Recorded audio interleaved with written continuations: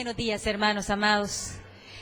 Qué rico es verles esta mañana fresca, muy rica, ¿verdad? Así que es delicioso el tiempo, pero también es delicioso verles, de verdad que sí. La palabra del Señor nos afirma eso, de que es deleitoso estar los hermanos juntos y en armonía. Yo no sé si se habían percatado, pero cada vez más, bueno, antes cada primer domingo de mes, hoy más seguido, nuestros hermanos de Santiago Nonualco, de allá de San Antonio Abajo, están a las 7 de la mañana con nosotros. Fíjense, yo no sé si ustedes sabían, pero se sientan por aquel sector, allá está la doctora Daisy, y viene con un equipo lindo de allá de Santiago Nonualco, y es rico. Imagínense, ellos tienen que mañanear, vienen desde lejos, temprano en la mañana, ¿verdad? Y algunos de nosotros aquí cerca nos toca todavía un poco más fácil, pero qué delicioso es verles, qué delicioso es abrir ventanas de los cielos cuando nos reunimos, cuando nos saludamos y damos una palabra de bendición.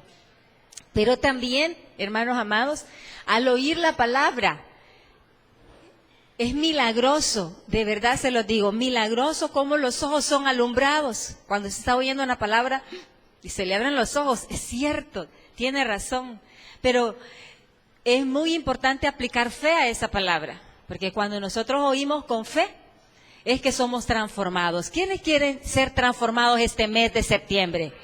La mayoría, ¿verdad? Por no decir todos, algunos porque todavía están dormidos, no dicen amén. Pero nuevamente pregunto, ¿desean ser transformados este mes de septiembre, hermanos amados? Qué bueno, yo anhelo ser transformada. Los días miércoles estamos aprendiendo acerca de Jesucristo. El tema es Cristo. Hay una materia en teología que se llama Cristología. Algo de eso estamos viendo. Y de verdad les digo, estamos siendo transformados. Yo personalmente, cada vez que conozco algo más de Cristo, mi corazón se hace como más amplia la fe. No sé cómo explicarles, pero hemos estado recibiendo los días miércoles que en la medida que conozcamos a Jesús, vamos a ser llenos de la plenitud de Dios. Vamos a ser enriquecidos, vamos a crecer. Pero también estamos listos cada día miércoles al oír de Jesús a obedecer. Este miércoles particularmente estaremos hablando de los nombres de Jesús o los nombres que se ha utilizado desde el Antiguo Testamento o en el Nuevo Testamento que se usó para Jesucristo. Gloria a Dios. Hermanos amados, estamos casi al final del libro de los Hechos. Qué tremendo, ¿verdad? Hemos hecho un recorrido. Este es el mensaje 31, fíjese usted, mensaje 31 del libro de los Hechos.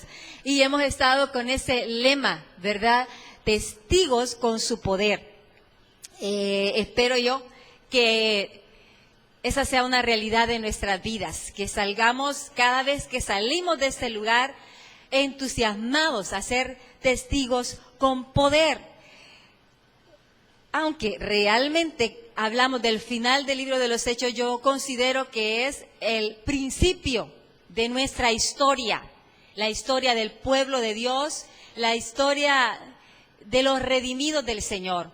Hoy vamos a ir a los capítulos 27, parte del 28 del libro de los Hechos, para que podamos trabajar durante estos 40 minutos o 45 minutos en que se grabe en nuestra mente.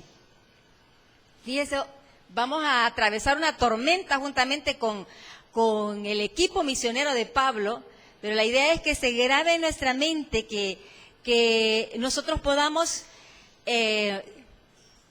aprender a sacarle provecho a las tormentas de la vida. Porque durante estos capítulos atraviesan tormentas terribles, naufragios, pero que aprendamos a hacerlo en la gracia de Dios. Ese es el tema de esta mañana, atravesando las tormentas con la gracia de Dios, atravesando las tormentas en la gracia de Dios, en la gracia de Dios. Quiero que juntos leamos el propósito del mensaje. Lo tienen en sus boletines, pero también está acá animar a los oyentes a confiar en la gracia de Dios como suficiente al atravesar las tormentas de la vida para cumplir la misión de Dios. Vamos a orar. Nuevamente, Señor, oramos en esta hora. Nuevamente declaramos que tu Espíritu Santo está en medio nuestro.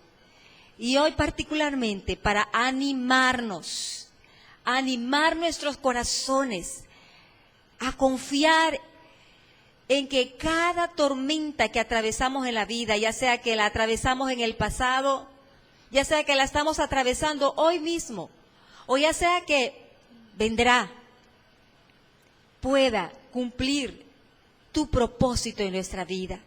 Que veamos tu gracia en cada tormenta. Que veamos también, Señor, cómo tú nos empujas a cumplir la misión que tú nos has asignado. Ciertamente, hay lágrimas, hay dolor con la mayoría de tormentas que pasamos, Señor. Pero tú prometes enjugar toda lágrima. Tú prometes consolarnos con el Espíritu Santo Consolador. Y es más, prometes con toda certeza que aunque pasemos por las aguas, no nos anegarán. Si pasamos por el fuego, no nos quemará, porque tú estarás con nosotros. También nos prometes, Señor, que ninguna arma forjada contra nosotros prosperará. Sé que muchos en nuestro país y aún también aquí en la congregación, Señor, han estado teniendo tormentas de amenazas a muerte. Pero tu palabra tiene este día ánimo para nuestros corazones. Es el poder de tu palabra en esta mañana. Anímanos con tu palabra. Espíritu Santo, usa la palabra para animar el corazón de cada uno de los que estamos aquí presentes. En el nombre de Jesús. Amén. Amén. Gloria a Dios. Bueno, gran parte del libro de los Hechos que hemos estado estudiando aborda o cuenta el testimonio de uno de los apóstoles. Él decía, el apóstol como el más chiquito, decía él, el más pequeño, ¿verdad? El apóstol Pablo. Él realmente fue un apóstol para nosotros, fíjense, los gentiles, los que no somos judíos. Fue un apóstol constituido para nosotros, para anunciarnos la luz. Y eso lo vamos a recordar. Yo quisiera traer a memoria algo del testimonio de Pablo antes de ir a esta situación tan difícil que él pasó juntamente con sus compañeros, algunos compañeros de ministerio, que podamos capturar, hermanos. Yo fui realmente así como intrigada. ¿Por qué Lucas, que el escritor a los Hebreos, cuenta 3 veces el testimonio de Pablo?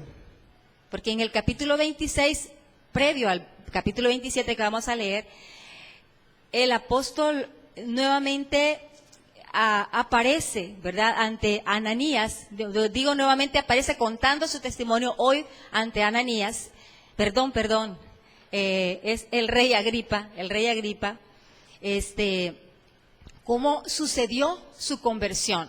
La primera vez que aparece es en el capítulo 9, donde tiene un impresionante evento, un resplandor inmenso, una voz que se oye del cielo, y Ananías, un discípulo del Señor, va y lo levanta, ora para que reciba la vista y le dice lo que Dios le envía a decir. Luego otra ocasión en la cual cuenta su testimonio es ante las autoridades en Jerusalén, que aunque lo oyeron, no les importó, ¿verdad? No les pareció lo que Pablo estaba haciendo. Como judíos era como rebajar su religión y dársela a todo mundo, ¿no? Entonces no estaban contentos con eso. cuando Pablo decía esto que Dios ha dado también es para los gentiles, pero se enojaban muchísimo. Y luego aparece en esta tercera ocasión, en el capítulo 26, contando ante el rey Agripa cómo él fue, que se encontró con el Señor Jesucristo.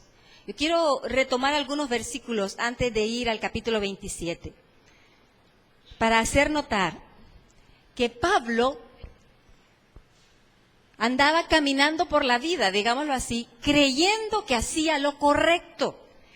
Fíjense que en el capítulo 9, en el capítulo siempre 26, pero el versículo 9, él le dice a Agripa, que es el rey que está designado por el Imperio Romano sobre Judea. Él está hablando a alguien que tiene nociones del judaísmo, del Antiguo Testamento, y le está hablando acerca de cosas que él sabe de los profetas, sabe de las profecías que hay acerca del Mesías. Quiero que lean conmigo en el versículo 9. Yo ciertamente había creído mi deber hacer muchas cosas contra el nombre de Jesús de Nazaret, lo cual también hice en Jerusalén. Yo encerré en cárceles a muchos de los santos, habiendo recibido poderes de los principales sacerdotes, y cuando los mataron, yo di mi voto, y muchas veces, castigándolos en todas las sinagogas, los forcé, oiga esto, los forcé a blasfemar, y enfurecido sobremanera contra ellos, los perseguí hasta en las ciudades extranjeras. Pero note, yo creía mi deber, dice el versículo 9. Yo creía estar haciendo lo correcto. Era mi responsabilidad. Yo quisiera, hermano amado, que usted analizara qué le ocupa a su vida. Porque el apóstol Pablo en el versículo 12 dice, ocupado en esto, iba yo a Damasco. Ocupado en esto que yo acabo de leer. Que evalúe con honestidad si usted está convencido que lo que usted hace es lo correcto. Es probable que algunos estén enterados que lo que están haciendo no es correcto. Por ejemplo, están en una vida de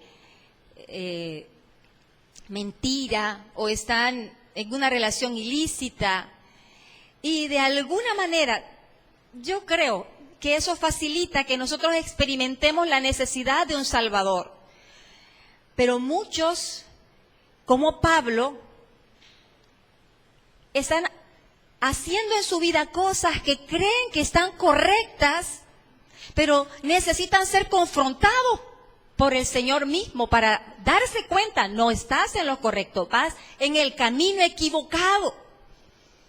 Ahora, a Saulo, ¿verdad?, que luego se convierte en Pablo, Jesús le sale al encuentro.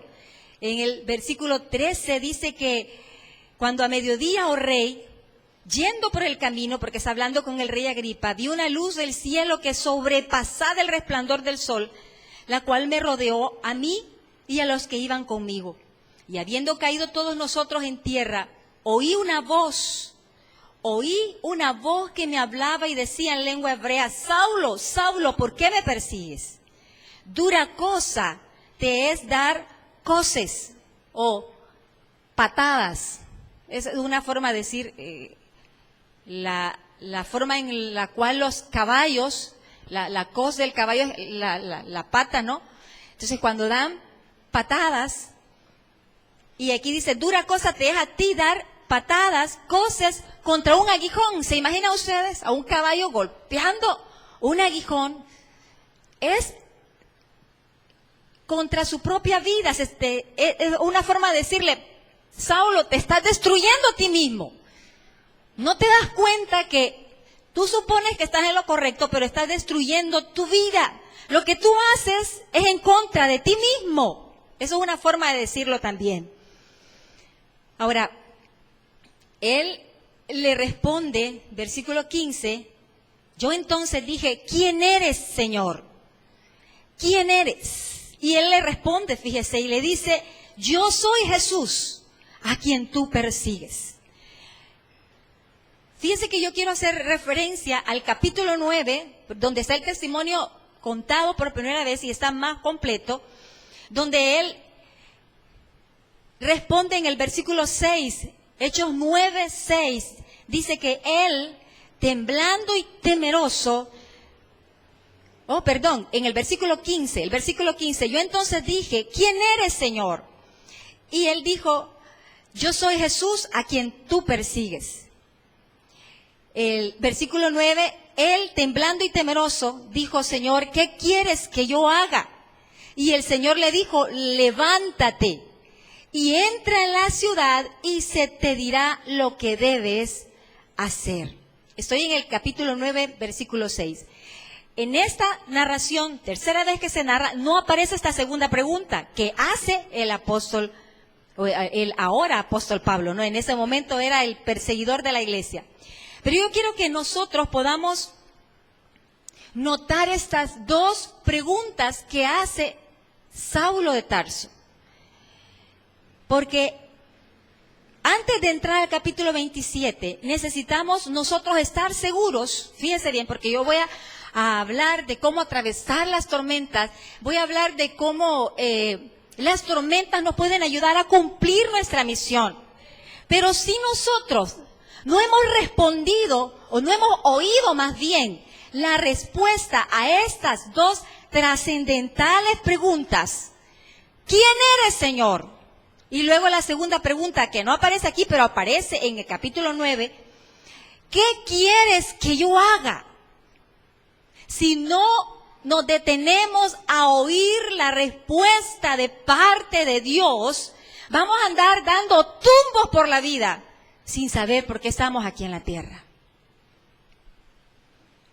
Este miércoles que estudiábamos acerca de Jesús y veíamos una escena que a mí me impresiona, la escena de Pilato, ¿verdad? Queriendo defender a Jesús, él, queriendo librarlo de la muerte, y él le decía que no te das cuenta que yo te puedo librar, y él decía, no, o sea, tú lo que tienes de autoridad te la ha dado Dios, o sea, no es ese el asunto, ¿no? Pero en el diálogo que tenía con Pilato, le decía, ¿eres tú rey? O de otra forma, ¿y quién eres, pues? ¿Quién eres tú? Y él le decía, ¿eres tú rey? Jesús le decía, ¿dices eso por ti mismo o alguien te lo ha contado? Ay, se enojaba este Pilato, al final le volvió a decir, dime, ¿eres tú rey? Y Jesús le responde, para esto he nacido y para esto he venido al mundo, para dar testimonio de la verdad. Y Pilato le hace una pregunta casi parecida a la del apóstol Pablo. ¿Qué es la verdad?, le dice. Pero tristemente, oiga esto, después de formular la pregunta, se da la vuelta a platicar con los judíos, con los que estaba discutiendo, que él no quería entregar a Jesús, él no quería hacerlo, ¿no? No escucha la respuesta. No la escucha. Entonces, mucha gente, y yo voy a hacer notar esto, que muchos adolescentes, oigan esto, porque la adolescencia está caracterizada por muchas preguntas. ¿Quién es Jesús? ¿Y es Dios? ¿Tiene que ver Él algo conmigo? ¿Realmente Él es rey? Pero no nos detenemos a escuchar la respuesta y hacemos como Pilato. Hacemos las preguntas, pero no tenemos tiempo de oír la respuesta. O simplemente no tenemos ganas. Hay otras cosas que nos capturan más la atención. Y es muy importante que usted pueda tener respuesta a estas dos preguntas. Pero es más importante que usted haga las preguntas. Porque si no las hace, no va a tener esa respuesta. De alguna manera, la pregunta se va a hacer, ¿quién eres, Señor? O alguna gente dice, Señor, si de verdad existes. Yo he escuchado esa expresión, Señor, si de verdad existe, dime, muéstramelo. normalmente en crisis graves. Si eres real ahora, demuéstralo. Es una forma de decir, ¿quién eres, Señor? ¿Qué quieres que yo haga? Dios responde esa pregunta directamente a través de su palabra. A Saulo en ese momento, le dice literalmente, yo soy Jesús. Yo soy Jesús. Ahora, quiero decirles que saber la respuesta a esta pregunta y que ustedes la oigan es clave para que experimenten la vida eterna. Juan, capítulo 17, versículo 3, en labios de Jesús. Esa es la vida eterna, que te conozcan a ti, decía él, el único Dios verdadero, y a Jesucristo, a quien has enviado. Saber quién es Jesús, oiga eso, hermano, es la vida eterna. Saber quién es Jesús nos lleva al nuevo nacimiento, o sea, conocemos a Jesús y nos hace nacer de nuevo. Tenemos una nueva identidad. Y no solamente en el momento del nuevo nacimiento, sino que en la medida que vamos conociendo y conociendo y conociendo a Jesús, vamos recibiendo mayor claridad de nuestra identidad. Por ejemplo, si usted conoce a Jesús como el buen pastor, como el pastor que guía las ovejas, usted se identifica como un seguidor o una seguidora, como una oveja de su prado, que está en el camino.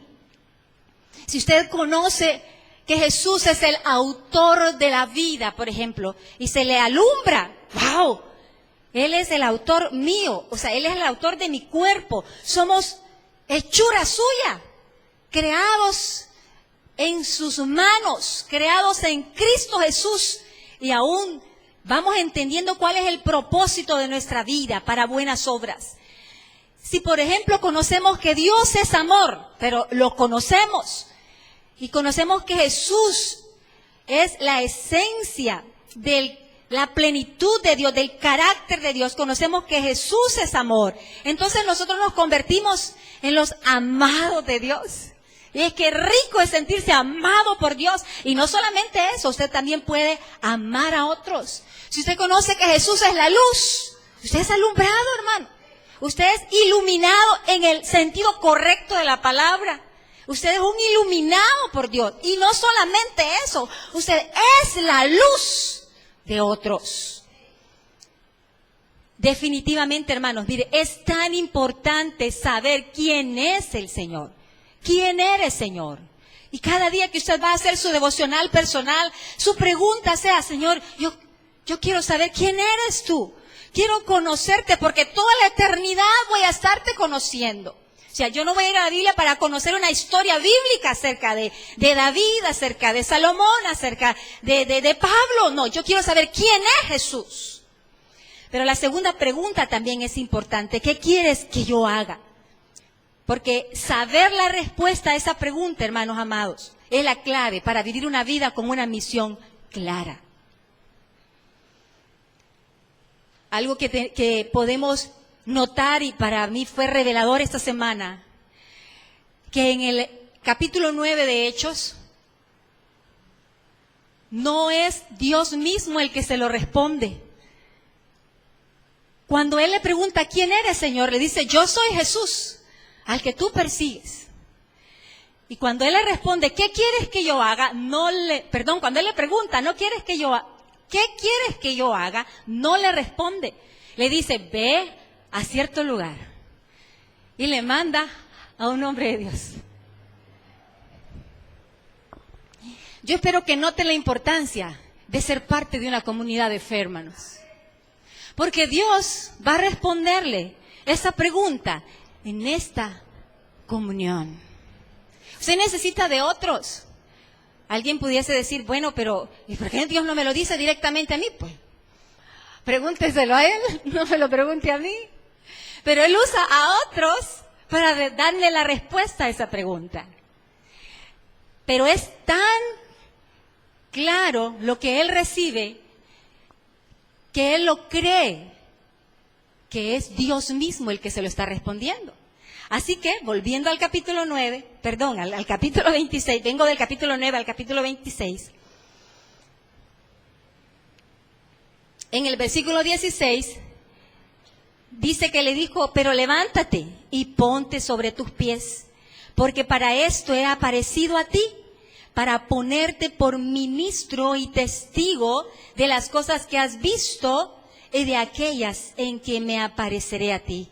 Fíjense que para él quedó tan claro que él dijo, Dios me dijo, aunque fue a través de Ananías que se lo dijo, pero Dios me dijo, levántate, porque él le creyó a la voz de Dios que estaba escuchando a través del discípulo Ananías. Pero quiero que sigamos leyendo. Versículo 17. Librándote de tu pueblo y de los gentiles, a quienes ahora te envío, para que abras sus ojos, para que se conviertan de las tinieblas a la luz y de la potestad de Satanás a Dios, para que reciban por la fe que es en mí perdón de pecados. Y no solamente van a recibir perdón de pecados, van a recibir una herencia. La herencia entre todos los santificados de las promesas que yo hice desde tiempos antiguos. La herencia de la que él habló, de la esperanza que hablamos el domingo pasado, que los padres, Abraham, Isaac y Jacob tenían. Yo voy a enviarte a los gentiles, bueno, a gente de tu pueblo también, te voy a enviar a los gentiles, para que tú puedas abrir sus ojos, para que se les ilumine, ¿verdad? Y puedan ellos capturar quién soy yo. Y eso hará que se conviertan de las tinieblas a la luz. Eso hará que ellos pasen del reino de las tinieblas al reino del amado Hijo. Y eso hará que puedan recibir perdón de pecados. Y toda la herencia que yo tengo planificada desde antes de la fundación del mundo, la van a recibir también. Y lo entendió. Saulo lo entendió.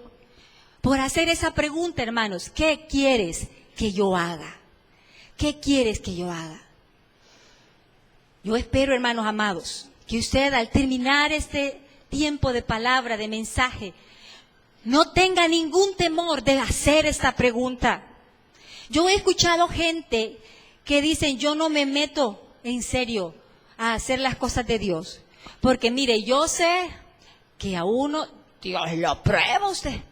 Y viera qué difíciles las pruebas que vienen, porque uno dice, Señor, yo voy a hacer tu voluntad. Mire, hermano, si algo que se le alumbre los ojos en esta mañana para decirle que eso es falso. Porque mire, hermano, las tormentas van a venir siempre. Siempre. Y mira, hermano, Dios es tan sabio, pero tan sabio, que Él sabe que le va a venir la tormenta y sale el encuentro suyo antes de que la tormenta venga. Claro, cuando usted se encuentra en la tormenta, es que porque estás ahí en esa iglesia, le dice la gente. Por eso te pasa eso, por andar de cualquier expresión usa, a veces hasta malas palabras. Hermano, falso. Falso, diga conmigo, falso. Porque eso es falso.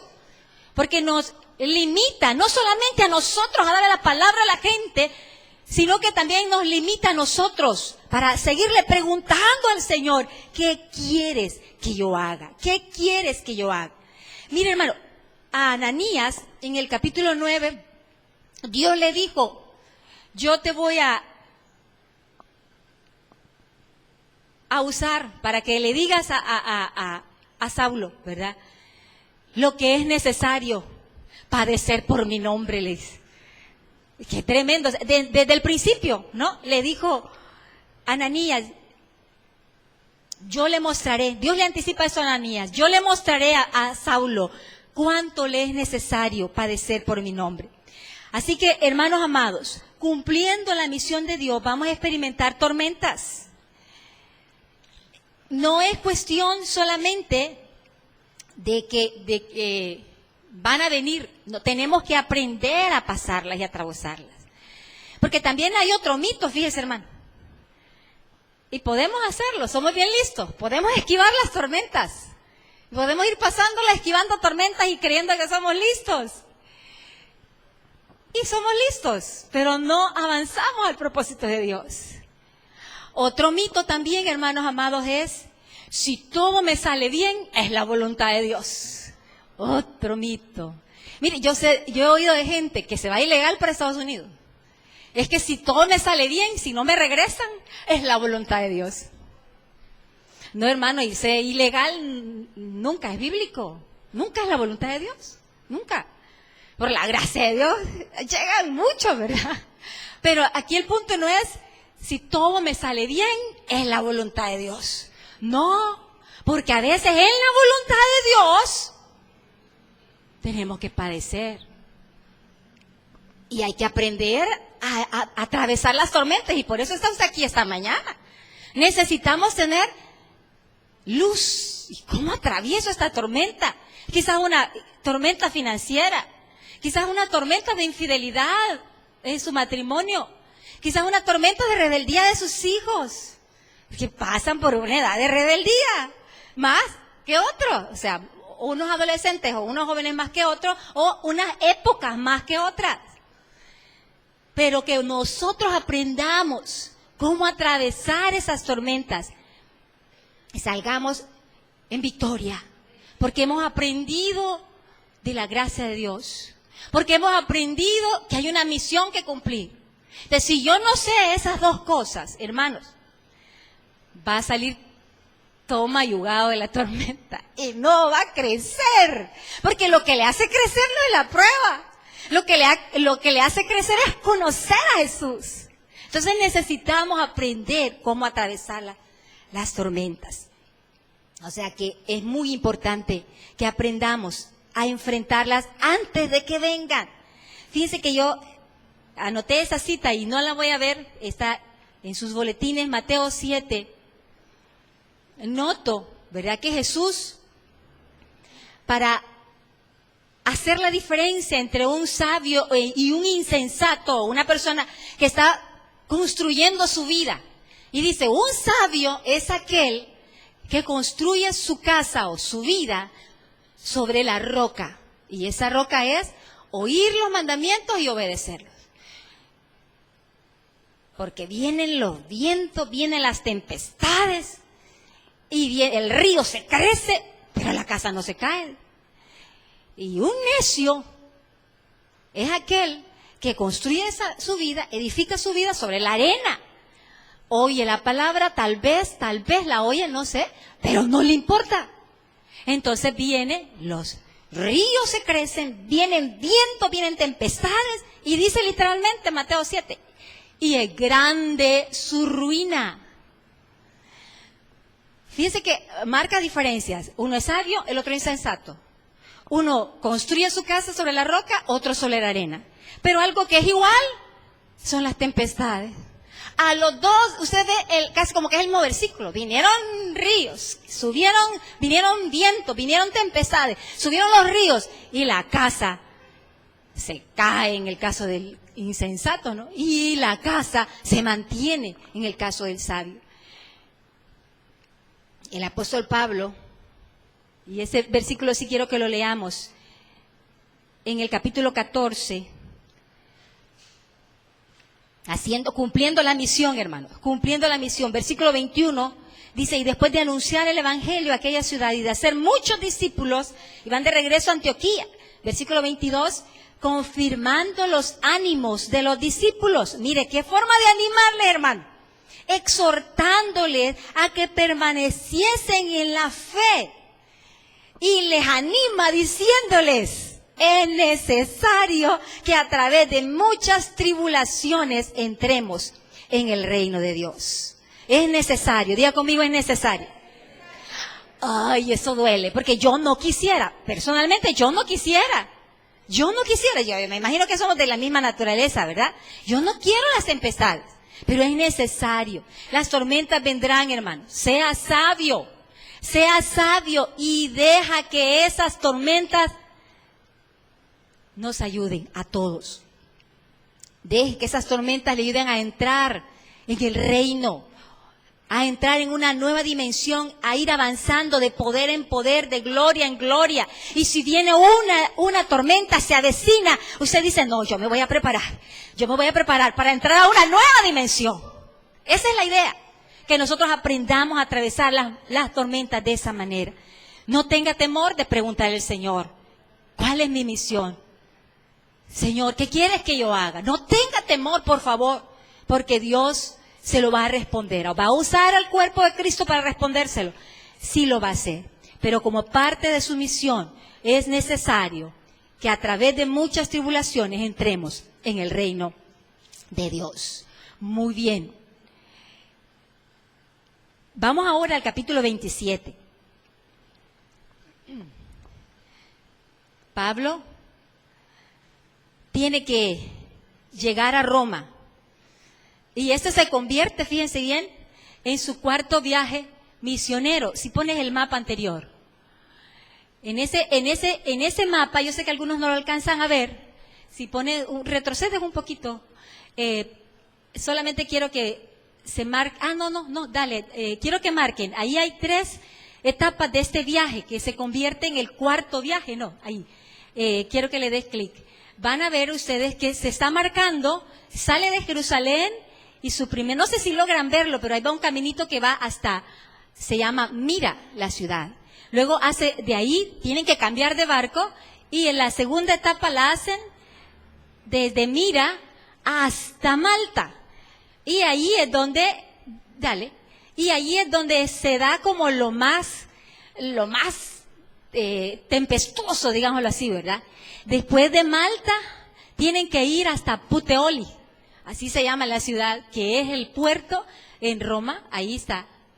Y de ahí ya en Italia, ¿verdad? Se dirige a Roma. Entonces, ese viaje le toma meses, por todas las dificultades que tiene, y vamos a darnos cuenta también que en medio de las dificultades, hay cosas muy hermosas que encuentra en esa gran tormenta. Entonces, ese cuarto viaje se convierte en un viaje misionero, ¿verdad? Porque logra la misión, pero él no sale como misionero, no es como el primer viaje, ¿verdad? Que sale de Antioquía, porque el primer viaje está con blanco, creo yo, el segundo viaje está con azul, el tercer viaje está con amarillo y el tercer viaje está con azul. No lo logran ver, pero al menos identifican que ese es el mar Mediterráneo, hermanos. Oye, y allá está Jerusalén de aquel lado, y por aquí está la bota italiana. La logran ver, ¿verdad? Eso sí se logra ver, muy bien. Entonces, en ese último viaje, que si se fijan es el más largo, realmente no fue enviado como misionero, pero él fue cumpliendo una misión. Y de eso se trata lo que vamos a ver esta mañana. ¿Cómo podemos nosotros atravesar las tormentas en la gracia de Dios? ¿Cómo nosotros podemos aproximarnos cada vez más al cumplimiento del propósito de Dios? Y en pocas palabras, ¿cómo podemos atravesar las tormentas en victoria? En victoria. O sea, no solamente pasarla, ya la pasé, ¿verdad? ¡Qué alivio! No, en victoria, hermano, en victoria. ¿Cómo? Conociendo la gracia de Dios y cumpliendo el propósito de Dios. Yo voy a ir leyendo algunos versículos, no lo voy a leer todo, pero voy a ir leyendo algunas citas para responder a estas preguntas. Primero, quiero leer el versículo 1 del capítulo 27. Cuando se decidió que habíamos de navegar para Italia, entregaron a Pablo y a algunos otros presos. Oiga, iba como preso a un centurión llamado Julio, de la compañía Augusta. Esta compañía era uno de los 5 regimientos romanos que estaban acantonados cerca del puerto de Cesarea. Cesarea era el puerto más cercano a Jerusalén. Y embarcándonos en una nave adramitena, eso es de donde procedía la nave, que iba a tocar los puertos de Asia, zarpamos, estando con nosotros Aristarco. Usted puede encontrar que Aristarco es uno de los de los discípulos que le acompañan a él. Por poco lo matan. Cuando lo querían matar a Pablo, agarran a Aristarco y agarran a otro, pero a Pablo lo esconden para que no lo maten. Ahí está Aristarco. Al otro día llegamos a Sidón y Julio, este es el centurión que estaba cuidando al preso Pablo, dice que lo trató humanamente. Y oiga lo que hizo, le permitió que fuese a los amigos para ser atendidos por ellos. Y haciéndonos a la vela desde ahí, navegamos a Sotavento, o sea, se dejaron llevar por el viento de Chipre, porque los vientos eran contrarios. Habiendo atravesado el mar frente a Cilicia y Panfilia, arribamos a Mira, ciudad de Licia, y hallando allí el centurión una nave alejandrina, aquí hacen el cambio de nave, de barco, que zarpaba para Italia, nos embarcó en ella. Navegando muchos días, despacio, y llegando a duras penas frente a Nido, porque nos impedía el viento, navegábamos a Sotavento de Creta, frente a Salmón, y costeándola con dificultad, llegamos a un lugar que llaman Buenos Puertos, cerca del cual estaba la ciudad de Lasea. Y habiendo pasado mucho tiempo y siendo ya peligrosa la navegación, por haber pasado ya el ayuno, aquí no era que estaban ayunando, sino que era una forma de decir que estaba terminando el otoño, los meses de septiembre y octubre, y estaba entrando el invierno.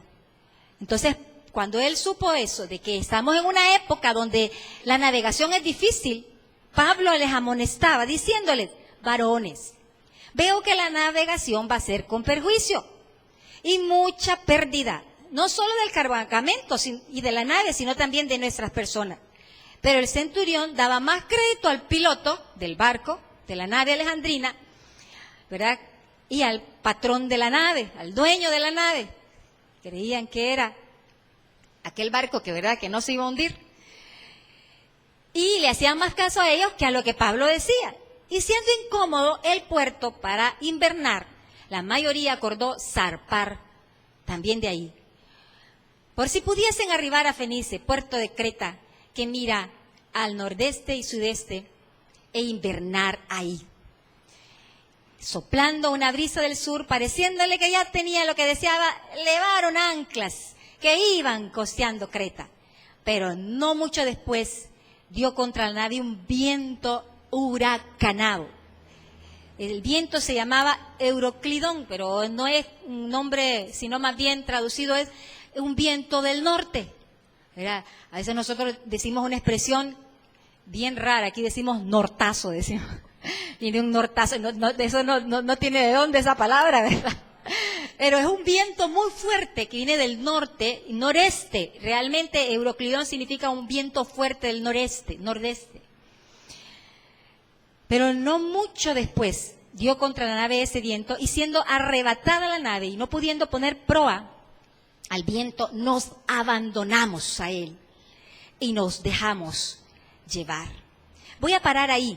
Yo espero que usted sea curioso y vaya y siga leyendo, que nada más vamos a encontrar algunas cosas que Dios quiere enseñarnos, y después voy a seguir leyendo para no perdernos en lo que Dios quiere hablarnos. ¿Cómo podemos atravesar las tormentas en victoria? Número 1, con la confianza. Escriba confianza. Tiene que ver con fe. Con la confianza que Dios, por su gracia, nos hará cumplir la misión asignada. Están en la mera tormenta, hermanos. Está grave la situación, está grave. Es grande el temor, es grande el temor. Mire, en algún momento determinado estaban tratando de que las velas lo guiaran, pero después tienen que arriar las velas, tienen que encogerlas y quedar a la deriva, porque era horrible lo que estaba pasando. Estaban siendo combatidos, dice el versículo 18, por una furiosa tempestad. Y el siguiente día empezaron a alijar. Esa es una expresión reducida de aligerar. Empezaron a botar las cosas, a botar y a botar, a botar. Dice, al tercer día con nuestras propias manos. ¿Quién está escribiendo el libro de los Hechos? Vamos a ver. ¿Quién? Lucas. Lucas está aquí incluido, Aristarco también está aquí incluido, ¿verdad? Y no sabemos quiénes más, pero al menos ellos dos sí estaban, ¿verdad? Dice que nosotros mismos con nuestras manos empezamos a arrojar los aparejos de la nave. Los aparejos son aquellas cosas que son necesarias para la navegación. y no apareciendo ni sol ni estrellas por muchos días y acosados por una tempestad no pequeña, ya habíamos perdido toda esperanza de salvarnos. Entonces Pablo, como hacía ya mucho que no comíamos, puesto en pie en medio de ellos, dijo: habría sido, por cierto, conveniente que me hubieran oído, ¿verdad? Pero como no me oyeron, aquí estamos, ya estamos en la tormenta. Porque él les dijo, no zarpemos. Él les dijo eso, pero le siguió diciendo esto. Pero, versículo 22, ahora os exhorto a tener buen ánimo, pues no habrá ninguna pérdida de vida entre nosotros, sino solamente de la nave. Porque esta noche ha estado conmigo el ángel del Dios de quien soy. Esa es mi identidad, a quien yo pertenezco, me gusta esto. Y a quien sirvo, aquel a quien yo le pregunté, ¿quién eres, Señor? ¿Y qué quieres que yo haga? No está diciendo eso aquí, pero él tenía esas preguntas respondidas, sabiendo de quién era él y sabiendo a quién servía y cuál era su misión, diciendo, él me dijo, Pablo, no temas. El ángel de Dios me dijo, Pablo, no temas. Es necesario que comparezcas ante César. Y he aquí, Dios te ha concedido todos los que navegan contigo. Por tanto, oh varones, tened buen ánimo, porque yo confío. Diga conmigo, yo confío. Yo confío en Dios, que será así como se me ha dicho. ¡Wow! Hermanos, mire, no podemos pasar una tormenta sin esta confianza. Tal vez la pasemos, pero con gastritis, colitis, ataques al corazón. Es demasiado fuerte. Habían perdido esperanzas. Yo no sé si usted está en una situación así o ya ha estado en una situación así. Y ni me quiero acordar, hermana, de que debería de. ¿Y qué aprendí? Caramba, no aprendí nada. Pasé de choto. Hoy sí, ahí sí. Pero no aprendí. ¿Pero por qué? Porque creíamos que Dios la tenía contra nosotros. Mire, hermano amado, yo quiero decirle que Dios tiene una misión para nosotros. Y Él va a hacer todo lo necesario para que la cumplamos. Es más, con mucho respeto le voy a decir esto, pero queda escrito ahí. Dios prepara tormentas.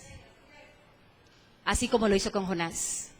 Dice literalmente, Dios preparó una gran tormenta para que Jonás cumpliera su misión.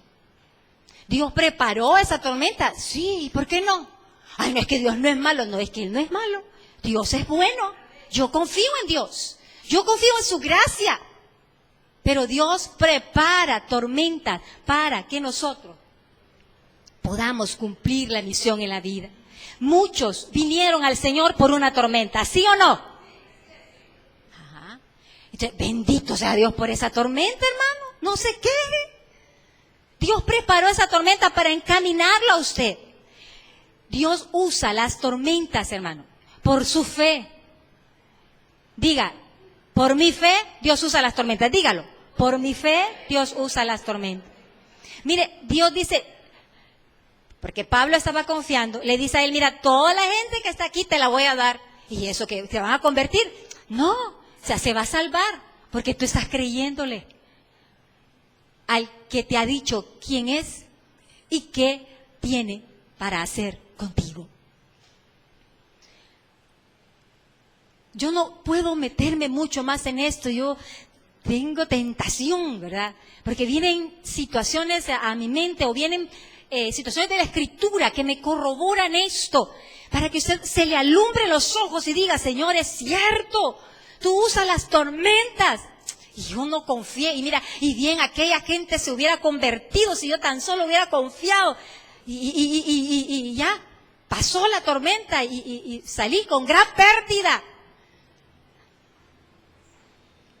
Qué triste, pero no más. No más. Diga conmigo, no más. O sea, hermano, cada tormenta tendrá propósito después de este día. Espero yo, hermano. Que no se le quede solamente en la... ay, qué bonito el mensaje, ¿verdad? No. Y la chaqueta nueva de la hermana Becky, ¿no la vieron? No, hermano, esa me la mandó la hermana Betty. Mire, hermano, eso parece broma, pero a veces, cuando sea el otro domingo, le preguntan de qué trató el mensaje de la semana pasada. No me acuerdo, pero la hermana andaba con una su falda roja y una chaqueta bien bonita, y no se acuerda de nada. Hermano, y le repito, parece broma, pero no estamos bromeando cuando hablamos de tormentas. Y es tan importante que se le quede esto que estoy diciendo. Porque ahorita, si está en tormenta, le va a caer al pelo. Pero cuando usted está tranquilo, le mandan de por allá, todo tranquilo. O sea, ahí, cuando ya viene la tormenta, se le ha olvidado lo que Dios le está diciendo ese día. Usted necesita que se le grabe en su mente que con la confianza de Dios, con la confianza que Dios por su gracia, Él va a hacer que cumplamos la misión asignada. Entonces yo voy a pasar la tormenta en victoria. Ay, ¿y cuál es mi misión? Ah, muy buena pregunta. Muy buena pregunta. Porque si usted no ha oído la respuesta a su pregunta, si es que la ha hecho, ¿qué quieres que yo haga? No la va a atravesar en victoria. No la va a atravesar en victoria. Con dolor se lo digo. Número 2. Con la compañía de santos que animan el corazón. Así podemos atravesar las tormentas en victoria. Mire, hermano, los santos del pueblo de Dios. A mí me llama la atención. Lucas no tenía que subir ese barco. Aristarco no tenía que ir si el preso era Pablo. Pero no lo dejaron, hermano. No lo dejaron. Y es probable que algunos más se fueron con él. Ah, no, Pablo, aquí vamos a ir contigo, ¿verdad? Hermano, mire, qué rico es sentir esa compañía de su grupo de pacto. Yo esa semana oí el testimonio de una hermana con una demanda grave. Y la líder del grupo anduvo con ella. Ahí anduvo en el juicio. Entonces, y qué tremendo, gloria a Dios, dije yo. Porque era mentira, gracias a Dios era mentira. O sea, era una demanda falsa. ¿Verdad? Y no la dejó sola. Eso es el cuerpo de Cristo, que Dios promete. Esa compañía de santos, la tenemos. Ay, pero es que esos hermanos son creídos. Hermano, usted tiene que buscar la comunión de los santos. Soportar las debilidades. Yo no estoy diciendo que somos perfectos, pero no necesitamos, hermano. Y aquí están ellos. Y es más, hay momentos, fíjense, en el capítulo 28, versículo 15, donde Pablo, como es que es avión, zarpando, llegando, a un puerto, en el 28:15, dice que cuando los hermanos, en el versículo 14, donde habiendo hallado hermanos, nos rogaron que nos quedásemos con ellos 7 días, y luego fuimos a Roma, de donde oyendo de nosotros los hermanos, oiga, salieron a recibirnos. Esa expresión significa que fueron a abrazarlos hasta el foro de Apio y las 3 tabernas, y al verlos, Pablo dio gracias a Dios. Y miren qué pasó con él. Cobró aliento. Qué rico se siente, ¿verdad, hermano? Mire que no solamente hermanos del grupo de pacto, sino otros hermanos, hasta de otras congregaciones. Y los encontramos por ahí. Y hay un clic. Es un hijo de Dios. Yo soy hijo de Dios. ¡Qué alivio! ¡Qué aliento se siente! Cuando uno está en una tormenta, estoy hablando de tormenta, ¿no? ¡Qué alivio se siente, hermano! Porque usted anda concentrado en la misión, y entonces anda pendiente de quiénes son o no cristianos, no tanto solo para ser alentados, sino también para dar el mensaje, ¿no? Quienes no, pues Dios le envía a dar la luz en medio de las tinieblas. Pero no solamente la compañía de los santos del pueblo de Dios. Usted pudo escuchar, porque ya lo leímos, está la compañía de los santos ángeles, hermano.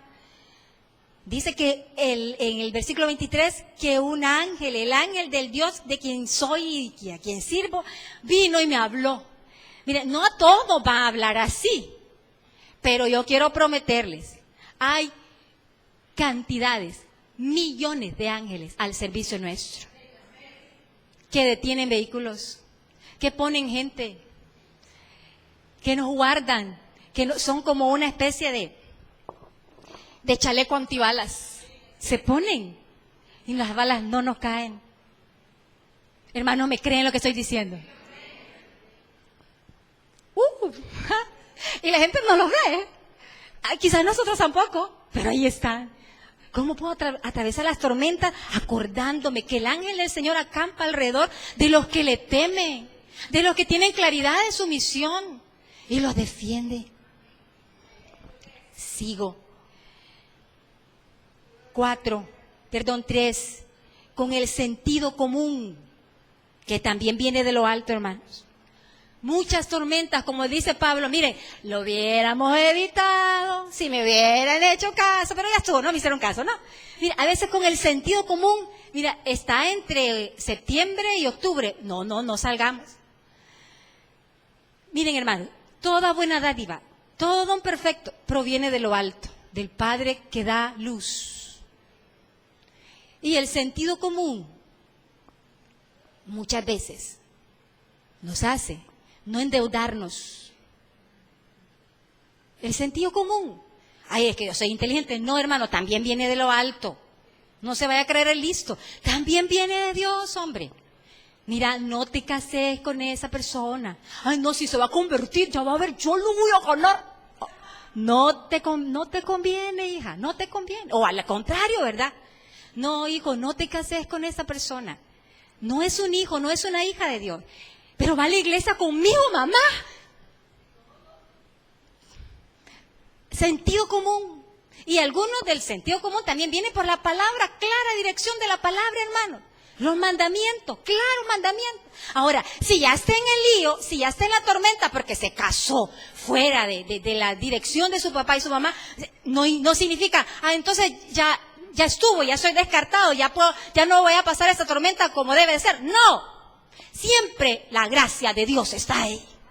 Siempre está ahí porque Él es fiel y justo para perdonar nuestros pecados y limpiarnos de toda maldad. Me equivoqué, fui desobediente a mi mamá, fui desobediente a mi papá, pero Dios va a sacar un provecho de esa tormenta. Y me voy a mantener aquí hasta que, como Dios me mande, que yo voy a pasar esa tormenta. Voy a buscar la compañía de los santos, voy a querer la compañía de los ángeles, pero también voy a seguir usando el sentido común. Sigo leyendo. 4.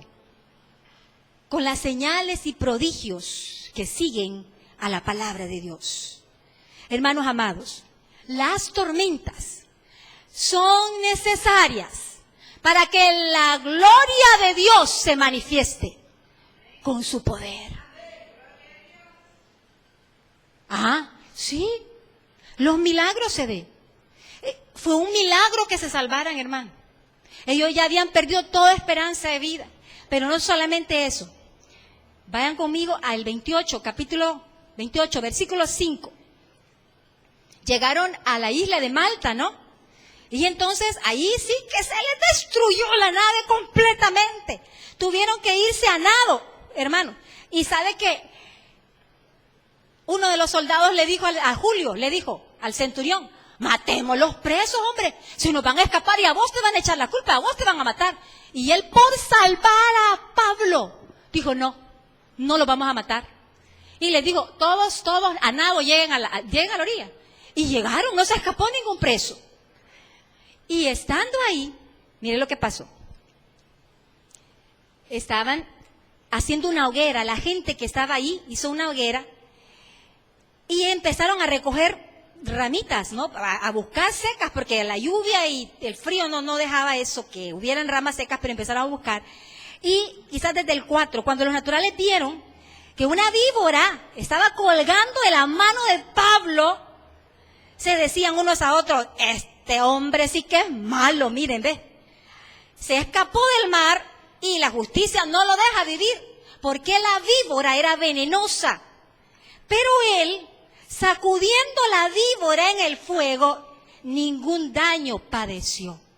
Ellos estaban esperando que él se hinchase y cayese muerto de repente, mas habiendo esperado mucho y no cayó, viendo que ningún mal le venía, cambiaron de parecer y dijeron, este es un Dios. Eso abrió la puerta para el evangelio, porque miren, hermanos, en aquellos lugares había propiedades del hombre principal de la isla llamado Publio. quien nos recibió y hospedó solícitamente 3 días. Y aconteció que el padre de Publio estaba en cama, enfermo de fiebre y disentería. Entró Pablo a verle y después de haber orado, le impuso las manos. ¿Y qué dice que pasó? Hermano, ¿usted cree que hubiera sucedido este milagro si no hubiese pasado por esa tormenta? Mire, ni iban a ir a Malta, pues. Llegaron ahí por la tormenta. Hermano amado, cada tormenta tiene gente salva que rescatar. Cada tormenta tiene milagros que admirar de parte del Señor. Pero nosotros estamos más concentrados en nosotros mismos, que no nos importa. Por nuestro egoísmo.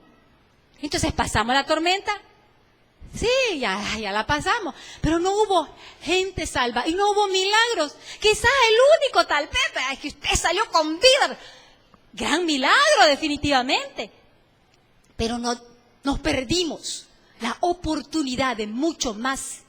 Porque en Marcos capítulo 16, del 15 al 18 dice, y estas señales seguirán a los que creen. Estas señales seguirán a los que me han preguntado, ¿quién eres, Jesús? Estas señales seguirán a los que creen que tengo una misión para ellos y han hecho la pregunta, ¿qué quieres que yo haga? En mi nombre, echarán fuera demonios, pondrán sus manos sobre los enfermos y van a sanar. Aunque bebieran cosas mortíferas, no les hará daño. Estas señales son la oportunidad de que otros se conviertan al Señor. Yo quiero que terminemos preguntándole al Señor, ¿qué quieres que yo haga? Señor, ¿qué quieres que yo haga? Yo no sé si usted tiene tormenta o no, pero en esta hora yo tengo 3 respuestas a esa pregunta, porque Dios le ha mandado aquí para que yo le diga, o para que un líder de grupo de pacto se lo confirme, se lo corrobore. Cuando se le pregunta al Señor, ¿qué quieres que yo haga? Él quiere que haga pactos. Quiere que haga pactos primariamente con Jesús. Y que reciba a Cristo en su corazón. Que le entregue su corazón a Él. Que se disponga a conocer quién es Jesús. Y en esta hora, si usted no ha entregado su vida a Cristo, este es un buen momento para decir, Señor, yo te entrego todo mi ser. Quiero vivir para ti, quiero vivir para tu gloria. Me quiero bautizar porque usted sella el pacto con el bautismo. Quiero bautizarme porque tú dices que el que creyere y fuere bautizado, éste será salvo. Señor, yo quiero hacer eso. Quiero que usted pueda en esta hora meditar si le responde eso al Señor o no. Porque los que ya están aquí y han hecho pacto con el Señor, han de renovar su pacto esta mañana. Así que en lo que usted inclina su rostro y renueva su pacto con el Señor,